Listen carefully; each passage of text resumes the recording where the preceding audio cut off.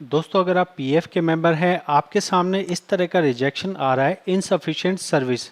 तो ये insufficient service क्यों आ रहा है जबकि आपकी सर्विस तो 5 साल से ज़्यादा की है। आज इस वीडियो में इसी बारे में बात करेंगे। उससे पहले नमस्कार दोस्तों, मेरा नाम सागर है, मैं पीएफ कंसल्टेंट हूँ। ये जो यूट्यूब चैनल है ये पीएफ का बेस्ट चैनल है। मैं लोगों का काम करता हूँ, लोगों को कंसल्ट भी करता हूँ, लोगों का फॉर्म भी भरता हूँ। इसलिए जो मैं आपको यहाँ कहने जा रहा हूँ ये मेरा अपना प्रैक्टिकल अनुभव है। ठीक है, आप समझिएगा मेरी बात को कि यहाँ समस्या क्या आ रही है। यहाँ पॉसिबिलिटी दो तरह की है। पहली पॉसिबिलिटी ये है कि आपने पहले वाले कंपनी में जहाँ काम किया है उसे ट्रांसफ़र ना किया हो। ये आप कैसे चेक करेंगे? इसको चेक करने के लिए आपको आना होगा पासबुक में, होम पे आना होगा। होम पे आके आप देखिए कि आपका जो यहाँ पे बैलेंस नज़र आ रहा है। इसके अलावा भी आपको एक काम करने की ज़रूरत होती है कि आपके पुरानी जितनी कंपनियां हैं उन सभी के पैसे ट्रांसफ़र करके एक जगह लेके आने होते हैं। जब तक आप एक जगह लेके नहीं आते हो तब तक उस सर्विस को टोटल सर्विस में नहीं गिना जाता है। तो आपको क्या करना है? पहला पॉइंट ये है कि हो सकता है गलती आपके तरफ से हो, आपने उसे पुराने वाले को ट्रांसफ़र ना किया हो और इस वजह से आपका रिजेक्ट हो रहा हो। तो अगर रिजेक्ट हो रहा है तो आपको ये करना है कि आपको ट्रांसफ़र फॉर्म अपना भर के जब आपका ट्रांसफ़र आ जाए, न्यू आईडी में पैसा आ जाए, उसके बाद आपको अपना एडवांस निकालने की कोशिश करनी है। ज़्यादातर जो रिजेक्शन आते हैं वो कंस्ट्रक्शन रीजन में अगर कोई अप्लाई कर रहा है जहाँ पे टाइम पीरियड हमें 5 साल का मिलता है, वो 5 साल का तरह से कहा जाता है कि 5 साल आपको टाइम नहीं हुआ है इसलिए हम आपका रिजेक्ट कर रहे हैं। ठीक है, तो आपके केस में अगर ये प्रॉब्लम आ रही है तो पहला काम आपको ये करना है कि ट्रांसफ़र कंप्लीट हो गया है या नहीं हो गया है ये चेक कर लेना है। और दूसरा पॉइंट ये चेक करना है कि क्या मेरी पासबुक में जो ट्रांसफ़र की एंट्री आई है वहाँ सब्जेक्ट टू वेरिफिकेशन तो नहीं लिखा है। सब्जेक्ट टू वेरिफिकेशन अगर लिखा है तो मतलब ट्रांसफ़र अभी कंप्लीट नहीं हुआ है। अभी आपको और वेट करने की ज़रूरत पड़ेगी। जब वो सब्जेक्ट टू वेरिफिकेशन रिमूव होगा तभी आपका एक तरह से ट्रांसफ़र कंप्लीट माना जाएगा। ठीक है, ये हो गई पहली सिचुएशन जहां मिस्टेक आप कर रहे हैं, जहां मिस्टेक आपकी तरफ से है कि आप गलत तरह से अपना फॉर्म आपका अभी आप एलिजिबल नहीं हो और आप फॉर्म भर रहे हैं। ठीक है, अब हम बात करते हैं पीएफ ऑफिस की गलती की।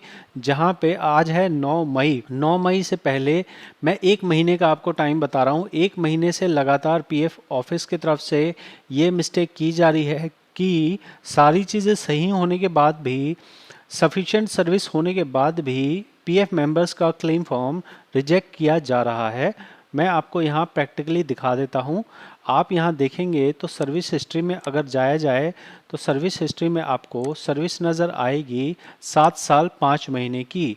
और हम यहाँ पे कंस्ट्रक्शन ऑफ हाउस का फॉर्म भर रहे हैं और हमारा फॉर्म बार बार रिजेक्ट किया जा रहा है। क्या ये एक अकेला केस है? नहीं, ये अकेला केस नहीं है। इस केस के साथ में ही मैं आपको और केसेस दिखा सकता हूँ। यहाँ आप देख सकते हैं ये एक और चैट है जहाँ कहा जा रहा है कि 8 साल की टोटल सर्विस है। हमने अपना 2 बार फॉर्म भरने की कोशिश कर ली, दोनों बार इनसफिशिएंट सर्विस कह के रिजेक्ट कर दिया गया है। तो मुझे ये समझ नहीं आ रहा है क्या ये एक अकेला केस है? नहीं, मैं और भी केसेस आपको दिखा सकता हूँ जहाँ पे मैंने खुद प्रैक्टिकली यहाँ पे कंप्लेंट फाइल की है।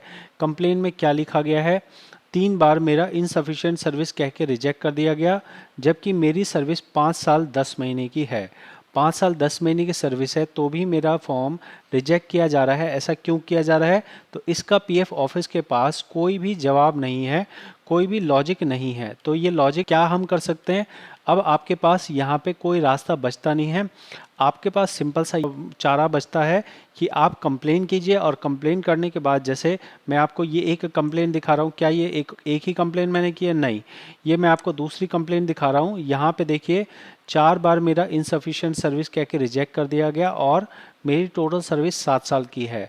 तो मैं यहाँ कंप्लेन कर करके उन्हें किसी तरह से पीएफ ऑफिस को परेशान करके ही मैं यहाँ पे काम करवा पा रहा हूँ। तो अगर आप भी इस चीज़ को लेकर परेशान हैं तो ये आप समझ लीजिए कि आपकी अकेले की दिक्कत नहीं है। अगर आपने एक से ज़्यादा सर्विसेज में काम किया है तो पीएफ ऑफिस को पुरानी सर्विसेज नहीं नज़र आ रही हैं जिसकी वजह से वो आपके इनसफिशिएंस कह के रिजेक्ट कर रहे हैं। अगर आपने सभी चीज़ें सही करी हैं, अगर आपका सब चीज़ सही है तो भी आपका रिजेक्ट किया जा रहा है।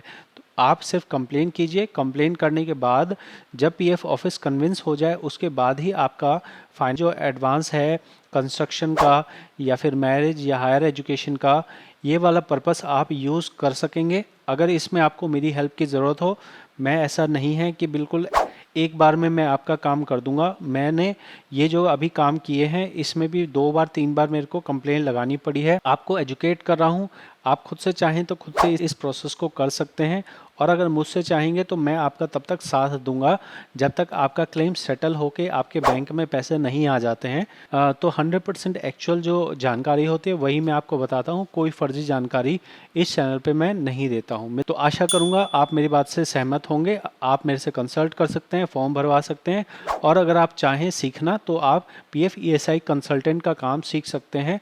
साथ में ही इनकम टैक्स का काम भी आप सीख सकते हैं मेरे कोर्स के अंदर में। बहुत बहुत धन्यवाद।